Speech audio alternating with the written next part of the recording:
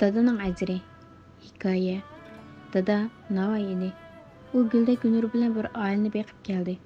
U hayotida kechki shafaqda petayotgan quyoshdek to'p-to'g'lak, qip-qizil cho'ng-cho'ng nonlarni, kecha tulumlaydek parqirab turgan girdilarni, ko'k-ko'k osmonda chim-chimirlab turgan sonsiz yulduzlardek umoq to'qashlarni yoqicha talay-talay qitim bosh ko'zlarini utlab ketganligi esidan yo'q edi.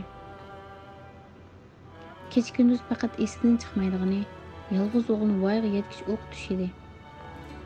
Boshlang'uchda balam topshiriq ishlaydigan vaqt bo'pti deydi-da televizorni o'chirib qo'liga bir parcha gazetani ilib o'g'liga ro'baro o'tiradi.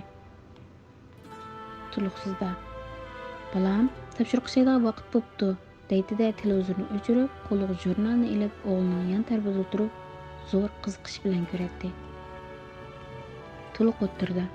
O'g'lim topshiriqlaringni ishlab ol deb balaning quloqlaridagi tingshug'ishlarni ilib etib qo'liga bir roman ilib derazaning yonida o'tirib toza ishtiyoq bilan o'qiydi.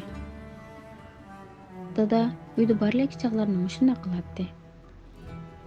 Oliy maktabda ata oliy maktabda aliyul a'lo bo'lib o'tgan o'g'lidan cheksiz faxrlansin, asli odati bo'yicha pat-pat telefon qilib o'g'lim nashri qilishni unutma, o'qishingni yaxshi o'qi deb taplashni faqat unutib qolmaydi.